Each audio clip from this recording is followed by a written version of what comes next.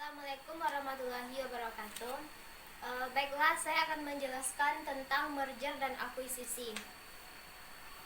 Merger diartikan sebagai penggabungan dua perusahaan menjadi satu, yang mana apabila perusahaan memerger suatu perusahaan, maka 50% perusahaan yang dimerger akan dimiliki oleh perusahaan yang memerger. Ilustrasinya seperti ini. Apabila perusahaan A memerger perusahaan B, maka 50% dari saham perusahaan B akan dimiliki oleh perusahaan A. Maka nama perusahaannya itu adalah perusahaan A. Merger terbagi beberapa jenis. Yang pertama adalah merger horizontal. Merger horizontal adalah penggabungan dua perusahaan yang mana perusahaan tersebut bergerak dalam satu bisnis yang sama. Artinya, contohnya itu pabrik komputer dengan pihak komputer. Yang kedua, merger vertikal. Merger vertikal adalah penggabungan dua perusahaan dengan motif produksi yang sama. Contohnya yaitu restoran cepat saji dengan peternakan ayam. Yang ketiga yaitu merger kongerik. Merger kongerik adalah penggabungan dua perusahaan atau lebih yang saling berhubungan tetapi tidak dalam produk yang sama. Yang keempat yaitu merger konglomerasi. Merger konglomerasi ini adalah perusahaan yang di industri berbeda dengan bergabung. Artinya perusahaan itu memiliki industri berbeda tapi dia menggabungkan diri menjadi satu. Yang kelima yaitu merger likuidasi. Adalah penggabungan dua perusahaan di mana perusahaan yang lenyap kemudian dilikuidasi. Tetapi hak kewajiban, kontrak dan lain-lain beralih secara langsung kepada perusahaan yang eksis merger. Yang kedua, akuisisi. Akuisisi atau takeover artinya pengambil alihan aset suatu perusahaan yang dibeli oleh suatu perusahaan. Jenis-jenis akuisisi yaitu yang pertama akuisisi horizontal. Akuisisi horizontal adalah suatu perusahaan atau seseorangan dengan satu atau lebih perusahaan yang mana kedua perusahaan tersebut mempunyai bidang bisnis yang serupa. Yang kedua, akuisisi vertikal. Artinya perusahaan yang saling berhubungan tetapi bukan dalam produk yang sama. Yang ketiga, akuisisi konglomerat. Artinya kedua perusahaan ini targetnya tidak terkait satu sama lain. Kemudian ada motif-motif suatu perusahaan melakukan merger dan akuisisi. Yang pertama yaitu motif ekonomi. Secara umum, suatu perusahaan tujuannya itu untuk meningkatkan laba dan memaksimalkan keuntungan. Yang ini merupakan motif dari ekonomi, yaitu motif strategis. Yang kedua, motif sinergi.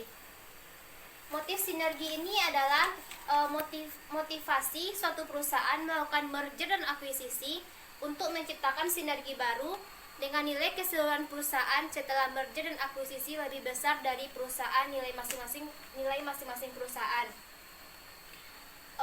Sama diartikan itu nilai keseluruhan dari suatu perusahaan. Yang ketiga, motif diversifikasi atau pemberagaman bisnis. Motif diversifikasi ini yaitu strategi pemberagaman bisnis yang dilakukan melalui merger akuisisi yang dimaksud untuk mendukung aktivitas bisnis dan operasi perusahaan. Yang ketiga, motif hipotesis yaitu ambisi dari manajemen dan pemilik perusahaan untuk melakukan merger dan akuisisi. Yang kelima, meningkatkan corporate growth rate atau meningkatkan pertumbuhan rasio perekonomian. Yang keenam, meningkatkan dana, dan yang ketujuh, pertimbangan pajak. Selanjutnya yaitu proses dari merger dan akuisisi. Ada beberapa tahapan proses merger dan akuisisi. Yang pertama yaitu tahap pre-acquisition review atau tahap perencanaan. Pada tahapan ini, suatu perusahaan akan melakukan review terhadap perusahaan apakah perusahaan tersebut unvalue atau tidak. Jika perusahaan tersebut unvalue, maka perusahaan akan setuju untuk melakukan merger dengan perusahaan lain. Yang kedua, tahap kedua itu search and screen target. Artinya mencari target perusahaan yang akan dimerger. Perusahaan target harus memenuhi serangkaian kriteria sehingga perusahaan target cukup sesuai dengan perusahaan yang diakuisisi, yang akan mengakuisisi. Yang tahap ketiga yaitu investigate and value the target. Artinya melakukan analisis lebih detail terhadap perusahaan target. Yang keempat yaitu tahap acquire crowd negotiation atau tahap negosiasi. Dalam tahap negosiasi ini akan dilakukan 4 pendekatan, yaitu yang pertama, seberapa besar penolakan yang akan dihadapi dari perusahaan target. Yang kedua, apakah manfaat merger dan akuisisi untuk perusahaan target. Yang ketiga, apa yang akan menjadi strategi penawaran perusahaan pengakuisisi. Dan yang keempat, seberapa banyak penawaran perusahaan pengakuisisi putaran pertama penawaran. Tahap kelima yaitu post-merger integration. Artinya, jika kedua perusahaan tersebut setuju melakukan merger atau akuisisi, maka kedua perusahaan akan mengumumkan kesepakatan untuk menggabungkan kedua perusahaan tersebut.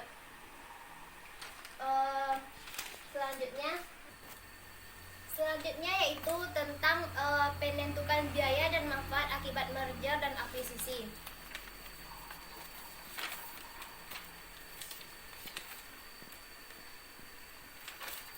Financial term of change, artinya sebelum melakukan merger perlu pertimbangan rasio pertukaran antara dua perusahaan yang digabungkan. Pertimbangan tersebut terbagi 3, yaitu earning, nilai pasar saham, dan yang ketiga yaitu nilai buku saham.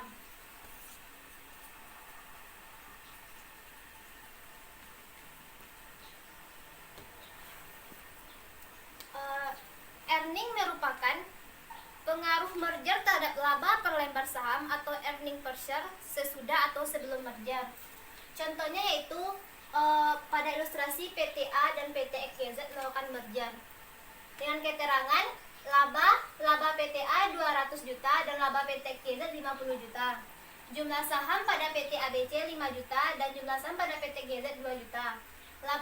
Laba per lembar saham pada PT ABC Rp40 dan pada PT GZ Rp25.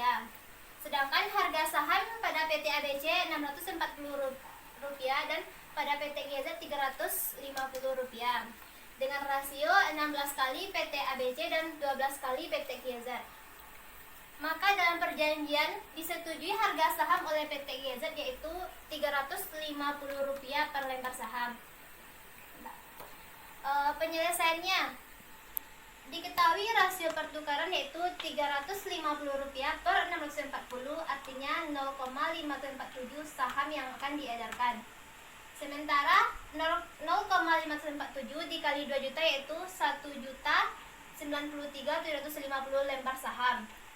Maka penggabungan labanya yaitu laba dari PT ABC 250 juta, sedangkan jumlah sahamnya yaitu 6 juta 93.750, sedangkan laba per lembar saham yaitu Rp41,03.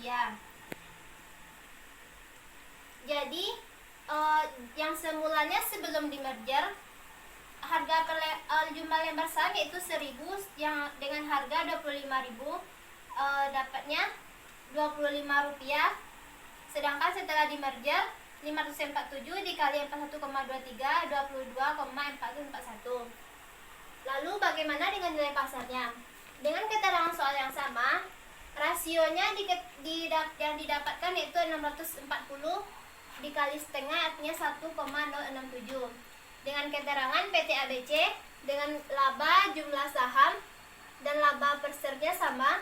Kemudian price earningnya itu 16 kali, sedangkan harga per lembar sahamnya yaitu Rp616,72. Jadi dapat disimpulkan kedua pemegang saham tersebut memperoleh manfaat dari penggabungan usaha atas merger dan akuisisi ini. Sekian, Assalamualaikum warahmatullahi wabarakatuh.